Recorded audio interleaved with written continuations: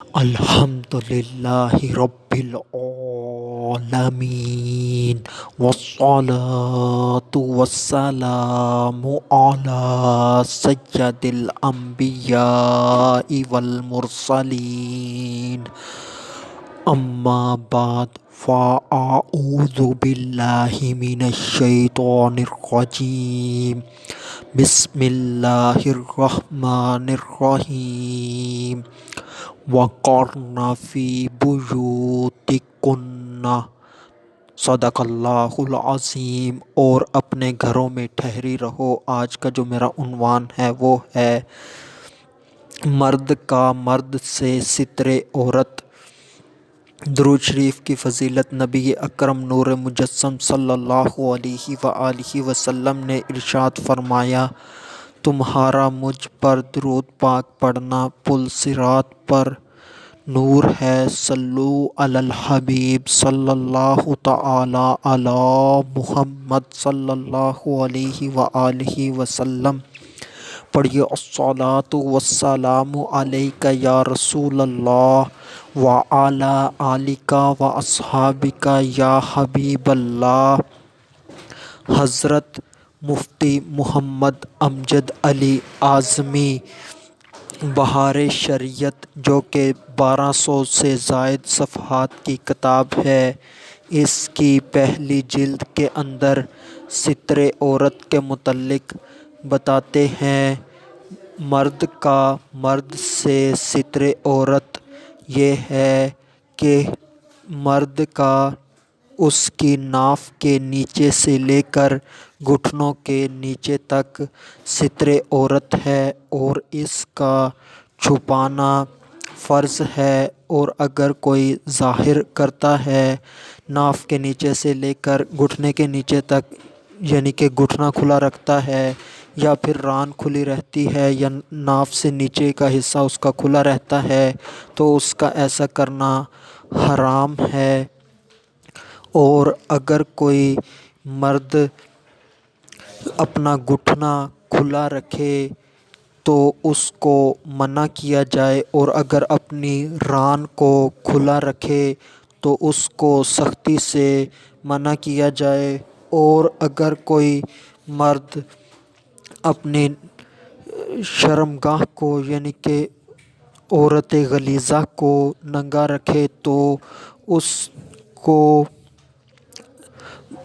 مارا بھی جا سکتا ہے، اس کو سزا دی جا سکتی ہے۔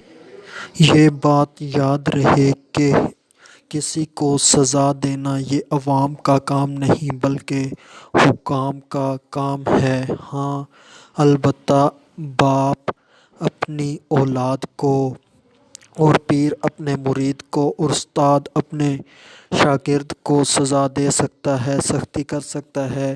اگر اس کی اولاد یا مرید یا پھر شاگرد اپنا گھٹنا کھلا رکھے، ران کھلی رکھے یا شرمگاہ کھلی رکھے تو اس پر یہ افراد سزا دے سکتے ہیں۔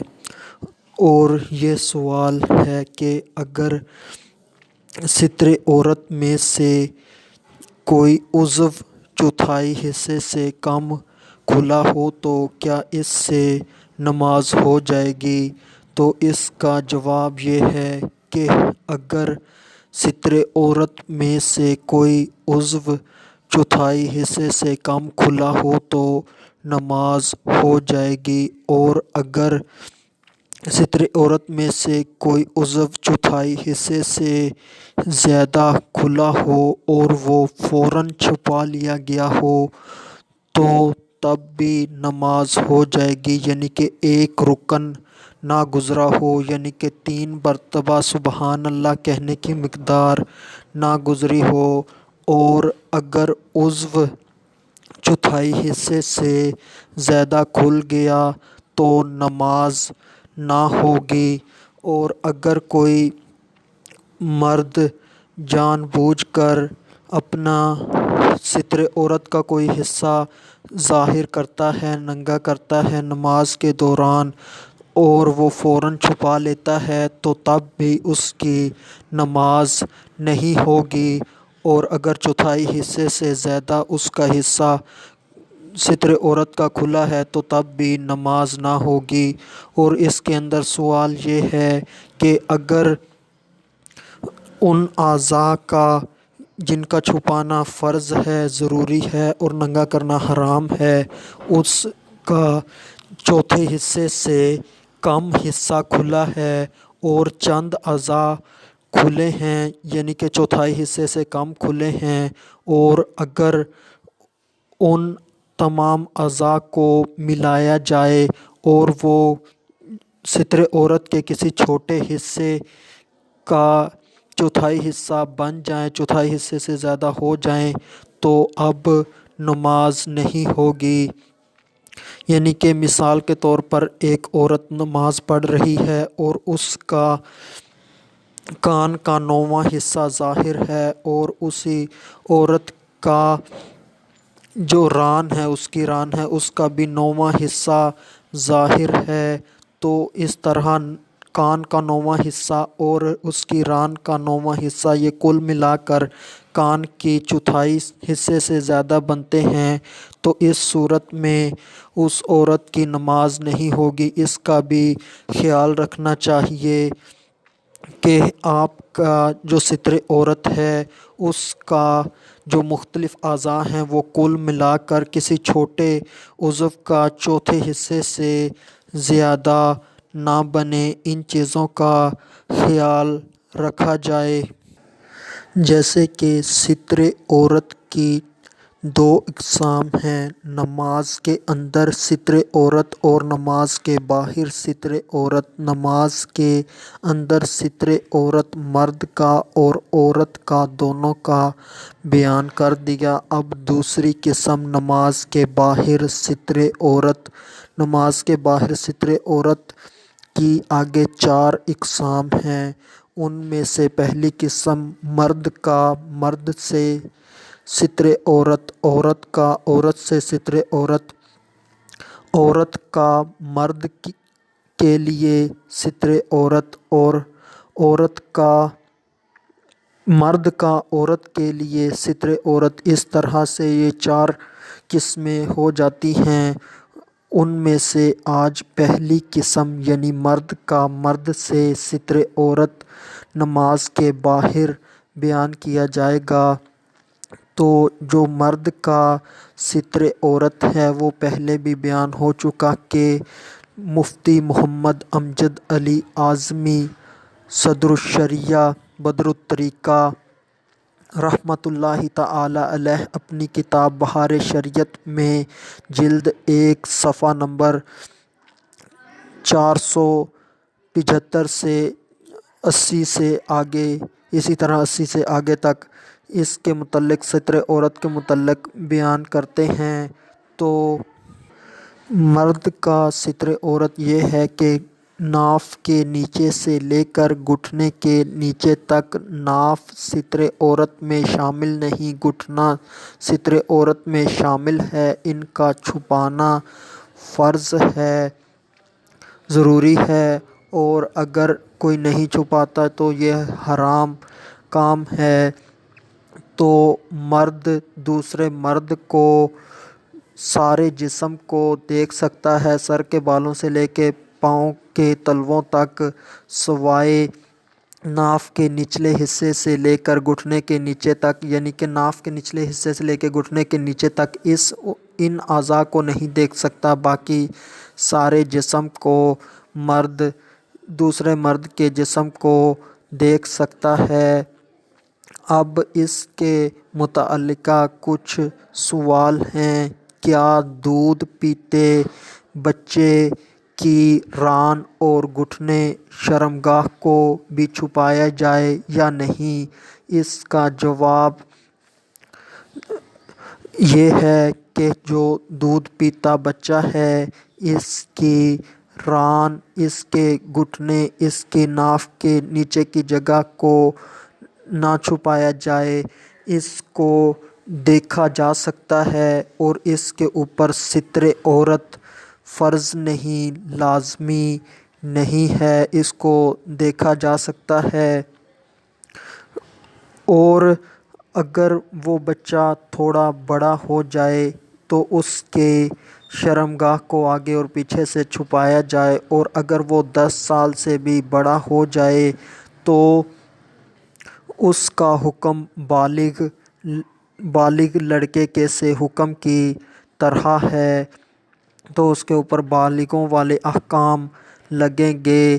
تو جو دودھ پیتا چھوٹا بچہ ہے اس کو تو اپنا ہی شعور نہیں، اس کے اوپر ستر عورت فرض لازمی نہیں، اس کے سارے بدن کو دیکھا جا سکتا ہے، مگر احتیاط اسی میں ہے کہ والدین اس کے جسم کو اگر ممکن ہو، تکلیف نہ ہوتی ہو تو چھپائیں۔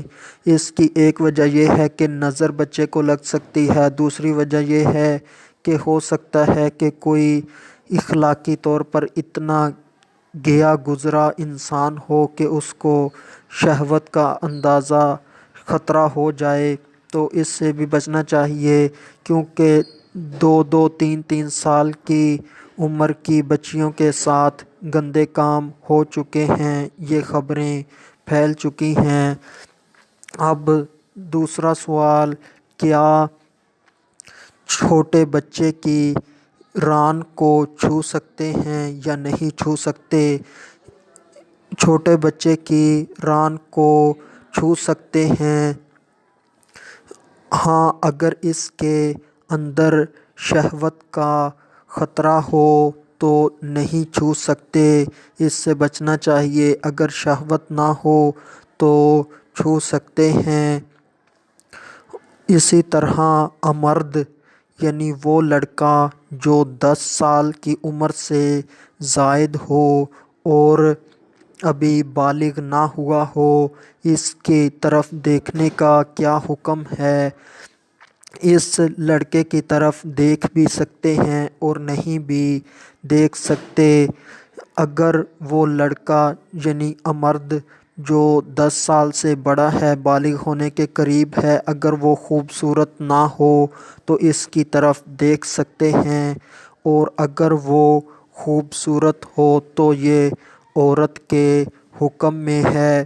اگر کسی مرد کو امرد لڑکے کو دیکھنے سے شہوت آتی ہو تو اس کی طرف دیکھنا حرام ہے، اور اس کے ساتھ تنہائی کرنا بھی غلط ہے، اور اگر کسی کو شہوت نہ آتی ہو، چاہے وہ لڑکا خوبصورت ہو، تو اس کی طرف دیکھنا بھی درست ہے، اور اس کے ساتھ تنہائی بھی کی جا سکتی ہے، یعنی کہ اکیلا میں بھی اس سے ملا جا سکتا ہے۔ تو یہ شریعت کی حدود ہیں۔ مرد کے ساتھ ستر عورت کیسا ہو، یہ سارا بیان کیا جا چکا۔ آخر میں اگر شہوت کا خطرہ ہو تو چھوٹے سے چھوٹے بچے کی ران کو بھی ہاتھ نہیں لگا سکتا، اور اسی طرح اگر شہوت کی علامت یہ ہے کہ کسی کا بوسہ لینے کی خواہش دل میں پیدا ہونا، کسی کو اپنے ساتھ چمٹانا، اس کے جسم کو اپنے جسم کے ساتھ زور سے دبانا، چمٹانا، یہ اس کی خواہش پیدا ہونا، یہ سارا کچھ شہوت کی علامتیں ہیں۔ اگر کسی کے اندر یہ پائی جائیں تو اس کو سخت پرہیز کرنا چاہیے اور بچنا چاہیے۔ اور اسی طرح جو ہم معانقہ کرتے ہیں، تو جو بے ریش ہو، یعنی کہ وہ لڑکا جس کی داڑھی نہ آئی ہو، تو اس سے معانقہ کرنے سے بچنا چاہیے اگر شہوت کا خطرہ ہو۔ اگر خطرہ نہ ہو تو معانقہ کیا جا سکتا ہے۔ آخر میں اللہ تبارک و تعالیٰ سے دعا ہے کہ اللہ تبارک و تعالیٰ ہمیں دین اسلام کے اوپر چلنے کی توفیق عطا فرمائے۔ وما علینا الا البلاغ المبین۔